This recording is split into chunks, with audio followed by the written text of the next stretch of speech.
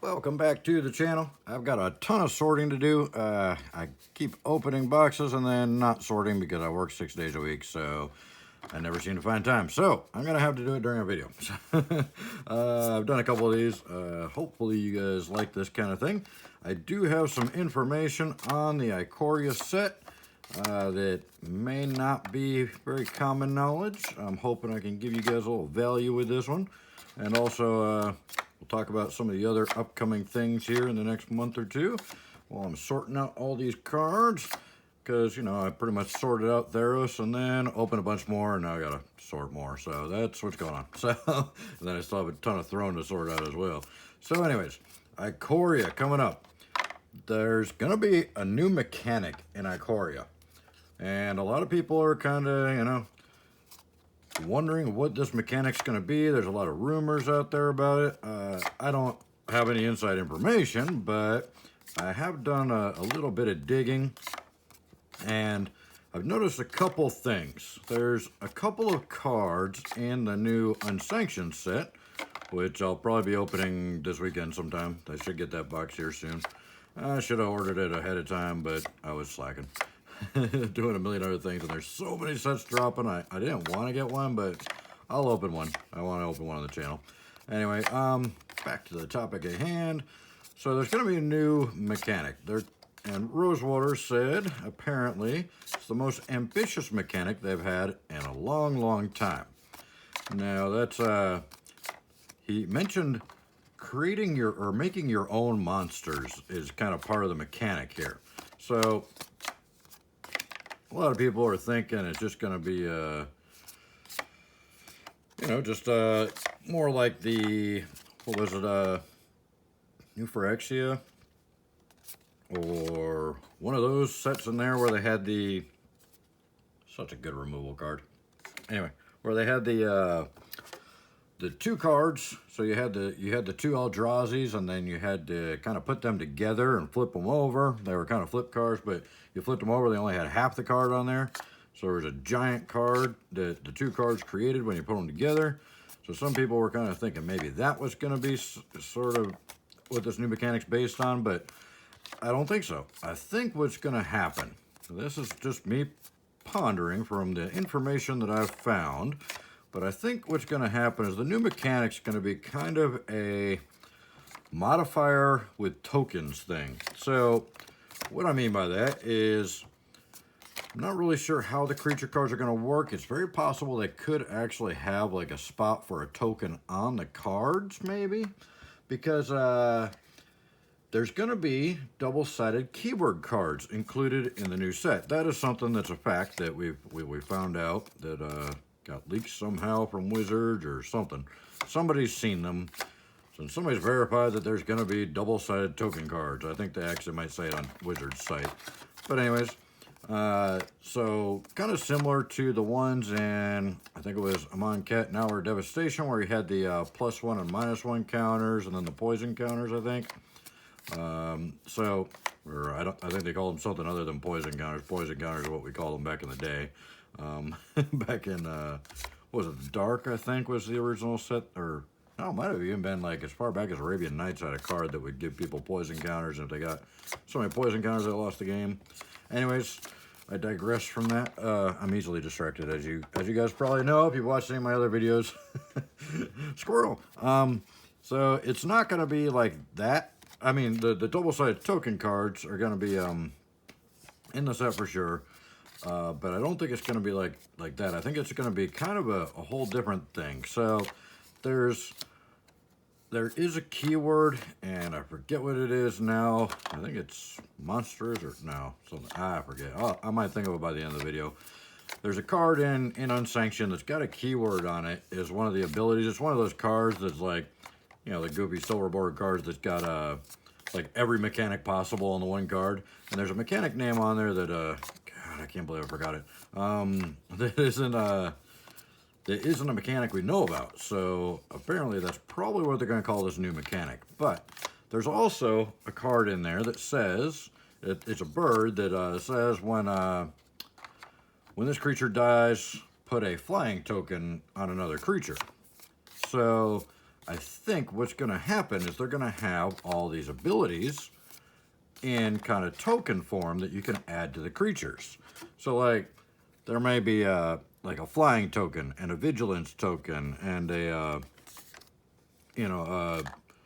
unblockable token possibly, or something like that. There's probably going to be a lot of counters, you know, +1, +1, -1, type counters going on in the new set as well. But it seems to be like when they talk about creating your own monsters or making your own monsters, I think that's kind of what they're talking about. They're gonna leave all the monsters open for the ability to add special abilities to the cards instead of just like printing creatures that like have no abilities whatsoever and knowing that they're going to tank in value because nobody's ever going to use them, or printing creatures that have a million abilities but they're not really the abilities that work in the set or the deck you're building. I think they're going to kind of make it to where you can add whatever abilities you want on the creatures depending on how the deck's built. So you can get like in a deck, you can have it designed around giving all your creatures flying tokens, or giving all your creatures haste tokens, or giving all your creatures trample tokens, you know? So they don't have to use so much errata on all the cards, you know, to give all the creatures you control trample, you know? You'll probably have creatures that when they come into play, you can add a trample token to another creature, or a flying token to another creature. This is, I think, what's probably most likely gonna be coming about in the new set. It just seems like that's the most likely scenario. And Wizards did a long time ago, they toyed around with the idea of actually having a blank spot on the cards that you could add your own, you know, keywords to. But they scrapped the idea because back then we didn't even have token cards. It was a long time ago. It was pre-tokens and ancillary slot cards and stuff like that. It was way back when there really wasn't a lot of extra stuff. It was just, they were still putting basic lands in all the packs and stuff, and they were still it's still pretty weak on the support with extra stuff. It was really just the core set and the expansion sets, three of a kind and a block, you know, back then. So it wouldn't have worked back then, I don't think. They didn't have the ability to do it, but now they've got the ability to put these keyword cards in the boxes and stuff. So nowadays, I think they have the ability to do this and make it function. But back then they didn't. So they scrapped the idea back then, but I think they're bringing that back. I think that's what this new mechanic's kind of going to be, is they're going to bring back that concept of being able to add abilities to different creatures depending on the deck you built around it. So instead of just having some creatures that have flying and some creatures that have haste and some creatures that have trample and yada yada, so on and so forth, they're going to have creatures that have the ability to attach any keyword ability to them that you want to for that deck. To me, that sounds like an amazing concept. I think it's really cool because I like stuff that's real flexible. I like stuff I can use, I like creatures I can use in multiple decks. I don't want creatures I have to build decks around. And as much as I like the original Ravnica, that was kind of one of the problems, is there's so many two-colored creatures that you had to pretty much build your deck around those creatures because you had to have those two colors. And, even to this day, it's kind of hard to pull off a three-color, which is going to be my next point for this new set. Most people stick to one or two colors, and now with Theros, a lot of people are using monocolor. Monocolor decks are just taking over on Arena and stuff right now. Everybody's kind of running monocolor, which used to have a lot of weaknesses, but now there's so many cards to draw from, and they've opened up the colors so much here recently to do different abilities that it's kind of easy to run monocolor now, especially with Theros, with the devotion and all that. It's really designed to run monocolor. As to where back in the day of Throne of Eldraine, the long days past of a couple months ago, monocolor had too many weaknesses, so you really had to run two colors. But Another thing that has been leaked about the Theros set, or Theros, Ikoria set. I'm awake, I'm trying to concentrate and talk at the same time, and you know, sometimes one of them is going to give. Anyways, the Ikoria set coming up here, April 24th, I think is the official release day, and I think April 16th is the pre-release, if I am correct. I don't know. Anyways, Ikoria coming up next month. It's going to have some 3-color capability from the looks of it. It looks like it's going to be set up more for 3-color type decks. The reason I think that is because it seems like the commander decks that they're announced that are going to be there, there's going to be 5 commander decks. If you haven't heard that news yet, there'll be 5 Ikoria commander decks. Each one of those decks appears to be a 3-color deck. So this brings up another question, and that is land cycle. Land cycle. What are they going to do about the land cycle? Because as most of you probably know, the biggest weakness of Theros, the biggest problem with Theros that most people have is the land cycle sucks. I mean, it's the same land cycle that's in the current core set. Why would they do that? And temples? Temples are terrible. I don't like them. I wouldn't stack a temple. I mean, I'll stack them on arena because I don't have any other options really, but I won't stack them on purpose, you know. I won't construct a deck and think, oh, I need to put some temples in here, you know. Temples are awful. Nobody wants to stack temples. Temples are bad. I can't believe they've used temples as the rare lands in Theros, and I think that's one of the biggest thing that's tanking the prices of the product. I think that's one of the biggest problems, one of the biggest reasons people aren't as excited about it. If it had a good rare land cycle, God, if they'd have reprinted fetch lands in it, it'd be, you know, $200 a box already, and it's still on allocation. Yeah, I mean, they really would have ramped up the value of the set if they'd have put fetch lands or something like crazy like that in there. But even the shock lands, like the Ravnica shock lands, if they'd have used those, this set would be worth a lot more money. I think it's one of the biggest problems with this set, or that set, Theros. Yeah, I'm now doing Eldraine. The biggest problem with Theros was that the land cycle sucked. I mean, there's some great cards in there. I mean, Uro, come on, Uro's an incredible card. Uro's going to be played forever. Uro's going to find his way into Vintage, you watch. That card is broken. Not broken, but it is insanely good. So it's as close to, it's as good as you can get without being broken, I think. You know? So just a great, great card. And there's some other, I mean, the Idyllic Tutor, amazing card. There's a Lotus, Croxa. Oh, crikey, it's the Croxa. The Croxa, that card is another beast. Not quite as good as Uro, but pretty damn good. You know, I mean, I don't know why my voice is cracking. Probably because it's so late and I worked all day. Anyway, I talk all day at work too, so my jaw's sore and tired, and I'm ready for bed. But I gotta do sorting and videos. Anyway, so I think that's one of the biggest problems with Theros is the land cycle. So there's an opportunity for Wizards in this new set, and I don't know if they've taken advantage of it yet or not. You know, I mean, the cards are already printed. They've already got packs, so it's too late to change their mind now. We're just kind of guessing about what's going to happen next month.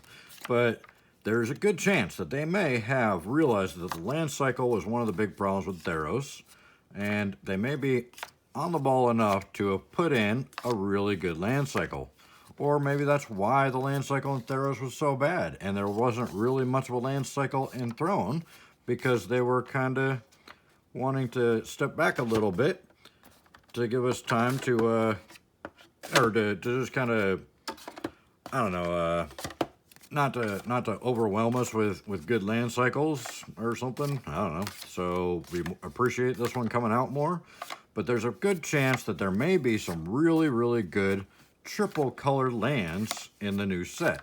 If the beliefs with everybody online are correct, and these new commander decks are 3-color, they're gonna have to do something to kind of expedite the land cycle for the multicolored decks, you know. So if they release some kind of really cool 3-color lands, which they haven't done really much in the line of 3-color lands since Ice Age, I don't think we've really had decent kind of 3-color lands since way back, you know, way back. So they really haven't ever pushed a good 3-color land. So there's a chance, a slim chance, but there's a chance we might get like a 3-color land cycle that may not be terrible, like temples. If they make 3-color temples, yeah, nobody cares. So this is a big possibility with Ikoria. One of the most exciting things about the set for me that I'm kind of on the fence about getting really super excited and going broke by ordering way too many pre-orders. But I've already got a case pre-ordered, so I will have a case on pre-release night to open. So I will most likely open a box either the night of pre-release or the night after pre-release, depending on how late the pre-release goes, which will probably be stupid late. But I definitely have 6 boxes already set aside for me with my name on them. As soon as they're released, I'll be opening those. But I may end up like doing the same thing with the collector's boxes and the commander decks and all that too, because I'm kind of thinking this one might catch us all by surprise, because we've kind of got lulled here with Theros and everything's kind of blah, and the market's just like, these new sets are awful, and you know, we're going through a lull, and it's just going to be, you know, the next year's going to be terrible, you know. It just seems like that's what's the kind of attitude is with everybody. And the secret layer thing's not helping. Wizards with their hands in our pocket every 2 weeks. Well, not mine. I'm not buying them. A lot of people are. A lot of people are investing in the secret lair because it's been easy money up to this point. The question is, will it be easy money tomorrow? Odds are, no. The bow is going to break. It always has. Every set they've ever done with stuff like this that was just, oh my God, it's easy money. You just buy it and then resell it for more. It's incredible. Every time this happens, the baby breaks. And the next thing you know, a bunch of people spent a bunch of their hard-earned money on these fancy secret lairs, and they post them up on eBay for twice as much as they bought them for, and nobody buys them. Nobody wants them. It's over. It's done with. Nobody cares anymore. And it could be at the drop of a hat. You never know when that shift is going to happen, but it always happens. It's happened with every single set, I think. You know, every specialty thing they've ever done was really hot, and just people were making money hand over fist, and then all of a sudden it just stopped, and a lot of people got just screwed over with having a ton of product that they can't sell, that they put a lot of money into. So this secret lair thing is going to hurt a lot of people. May not be today, may not be the next set, may not be the one after that, may not even be in 2020, but odds are it'll be in 2020. Odds are sometime this year, one of those secret lairs is just going to completely bomb and hose a lot of people out of a lot of money. But that's why I'm staying away from them, because I just don't, there's no way to tell which one's going to be the nail in the coffin for the set. And you know, Wizards, as soon as it starts bombing and they start having problems with it and people stop buying, they'll stop doing it altogether. They'll take a whole complete left turn. They don't just make small tweaks. They take huge, giant, wide turns when they've got a problem with something. We've seen it many times in the past. That's always what they do. They always overcompensate and just go way in the opposite direction whenever there's a small problem with something. Yeah, you'll see. Yeah, I mean, the collector's boxes are no different. They had a problem with the collector's boxes with Throne of Eldraine, so they're like, hey, why don't we put like, you know, 8 to 12 mythics in every one of these collector's boxes? That should keep the value up and keep people from complaining about the prices. Hey, that's a good idea. What do you think? Yeah, let's do that. Yeah, they always overcompensate quite a bit. They never just kind of solve a small problem and run with it. Anyways, so that's my thoughts on those two topics. My thoughts on the secret lairs. the future hosing for everybody, and the my thoughts on what the new mechanic's going to be in Ikoria and what the new land cycle might be. Again, I'm just hypothetical here. I'm not I don't know anybody in Wizards or Hasbro or anything like that. I don't have any insider information. These are just from the looks of what I'm seeing. That's kind of now this is a best case scenario. Best case scenario is they could have just an epic 3-color land cycle with, you know, 3-color lands that actually work and don't cost an arm and a leg or don't come into play tapped or something like that. They may have an actual usable 3-color land cycle, and that would be pretty epic because that would really open up so many new combos and stuff for people if they were able to do that. I mean, it would be pretty crazy.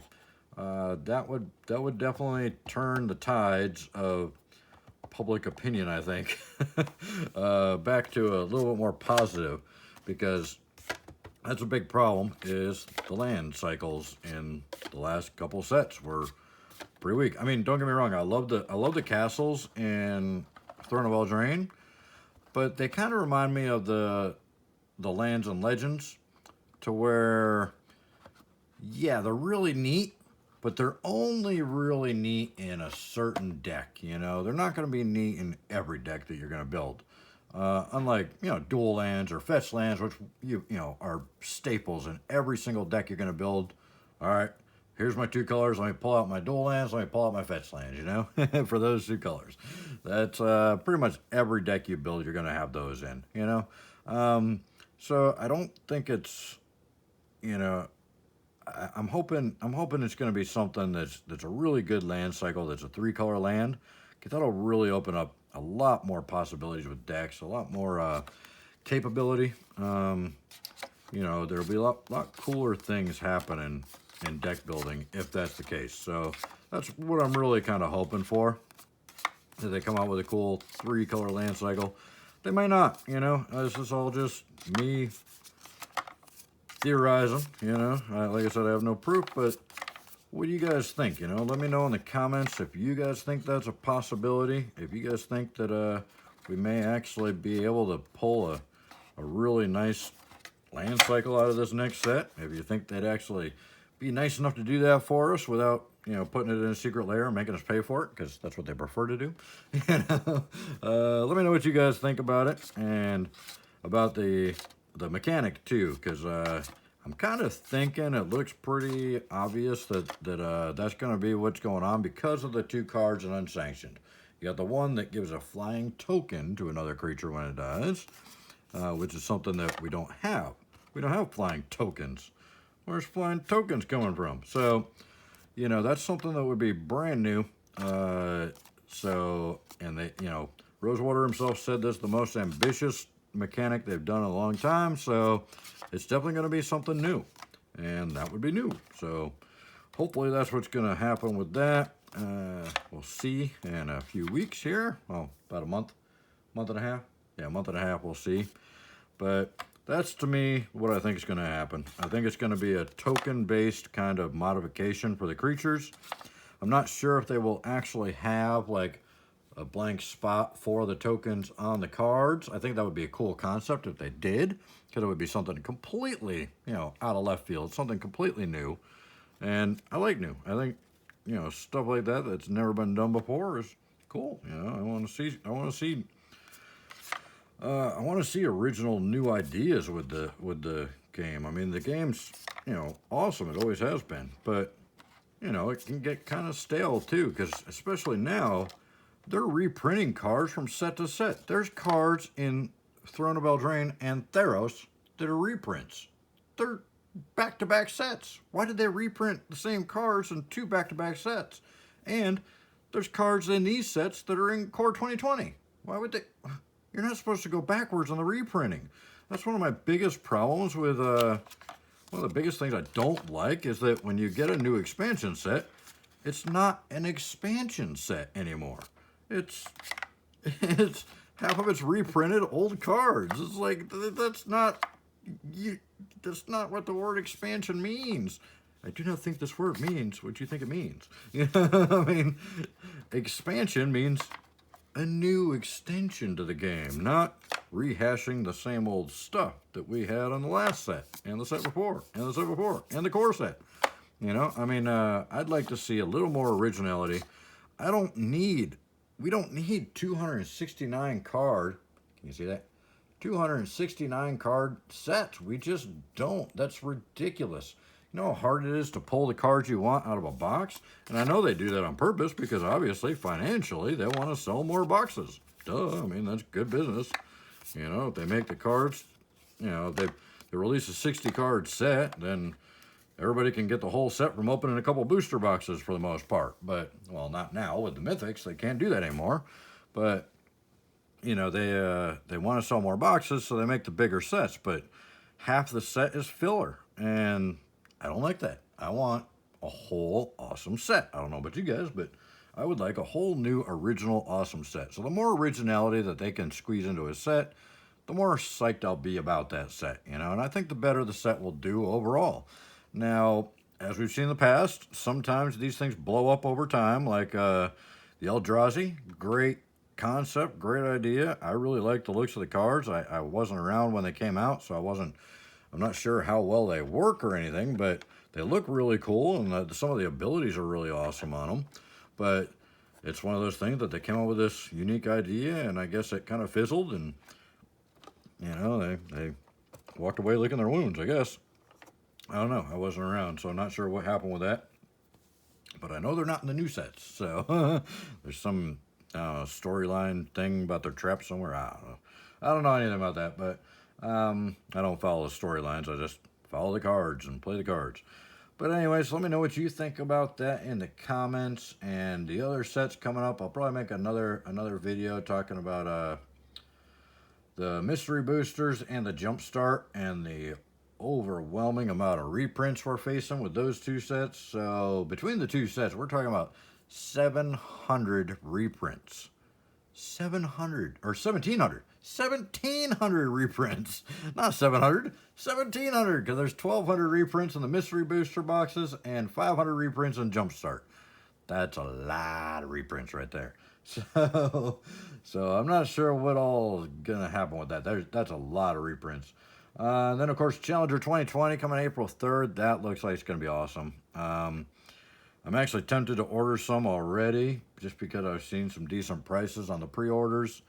Hopefully they don't you know, kind of try and hose you if they're worth more money when they drop and cancel the orders like some people like to do, but I hope not. I'm going to probably pre-order some of them just to make sure I get them, even if I overpay a little bit and they plummet when they come out, but I really don't think these are going to plummet. Let me know if you think I'm wrong, but I have a feeling that the Challenger 2020 decks are going to actually go up when they come out because there's a lot of mythics and a lot of good rares in there, and it's all good stuff. I mean, they didn't print any garbage in those decks. I mean, they're full-on cards that everybody's using right now in the top-tier decks. They literally printed nothing but good cards in them. I mean, so I have a feeling that those are going to go up pretty quick. It could be one of those things like the Throne collector's boxes where they skyrocket right away and everybody's all chomping at the bit to get them. And then they skyrocket up really high, and then everybody buys them at this inflated, like, probably $150 for the 4 decks or something like that, and then right off a cliff, and they're worth, like, you know, $25 a deck, which is what they're at right now. So that is a possibility. That's always a possibility with every one of these sets. So always keep that in mind. When you're about to dump a bunch of money on a set that hasn't dropped yet, you know, make sure you're getting a decent price. Make sure you're looking for the good prices because there's a good chance they're going to plummet, you know. There's a good chance they could, you know, skyrocket, but there's also a good chance they could plummet. And you just don't know which direction it's going to go until it's here. So always be careful with that. It's just like the stock market. I don't know if you guys know much about the stock market or not, but you know, a lot of people like to get on the hype train, and when a stock's skyrocketing up, they want to buy a bunch of it, and they want to buy a bunch of it and hope it keeps going up. But a lot of times when they jump up really fast, they jump down really fast too. I never buy stocks on the way up. I never buy stocks that are at their market value. I never buy stocks that are doing great. I buy stocks when they're doing horrible. When everybody's like, oh, they're going to zero, they're going out of business. I started buying Tesla at 300 a share, and it plummeted down and plummeted down and plummeted down. It got to under $200 a share. Well, everybody else was jumping ship and, oh, it's going to zero. They're done for. They're never going to make it. I was buying more and more shares. I don't have a lot of money, so I didn't get a lot of them, but I ended up getting 10 shares when it was under $200. And I don't know if you know about now, but this was only like 4 months ago, I think, when it was under $200. Right now it's $750, and a few weeks ago it actually went up to $950 for a few days. So yeah, I always buy the dips. Always buy the dips with Magic too. Magic is just like the stock market. There's not actually any increase or decrease value in these cards. I mean, Wizards pays the same to print this one as they do the Euro. I mean, these two cards cost them no difference. So there's no actual inherent value in the card itself. It's just a piece of cardboard. I mean, seriously, just a piece of cardboard. Not even that great a quality. But it's the playability factor, right? And that is in direct relationship to the market response for how important that card is for people's decks and how badly they want to get it. So they will pay more and more and more to get it because more people are trying to get it. So that's basically, it's the same thing as the stock market. It's not the actual value of the product that you're looking at. It's how many people want it, how badly, and they're going to drive the price up or down as a result of that. So always keep that in mind. I know this is a long video. Nobody's going to watch 31 minutes, 32 minutes, whatever it is now.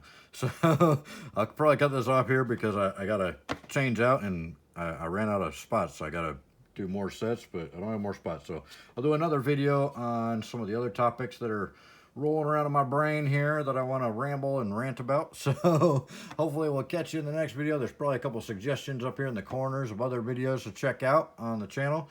I really appreciate every view. This is just awesome for me that I get to open Magic cards in front of people, and people actually enjoy seeing me open them. That was always my favorite part, was busting packs, but I'm kind of a loner. I never really had people to enjoy that with, There was never people over my house like watching me bust packs, Plus that would be pretty cruel to them if they're literally in the room with me watching me open packs, and I wouldn't let them open any, So I really love that I can actually make these videos where people want to watch me open packs and sort cards and talk about the sets coming out and stuff. I really enjoy it. So everything you guys do to help me grow the channel, it's hugely appreciated. So thank you so much, guys. I appreciate you watching, and hopefully we'll see you in the next one. You guys take care.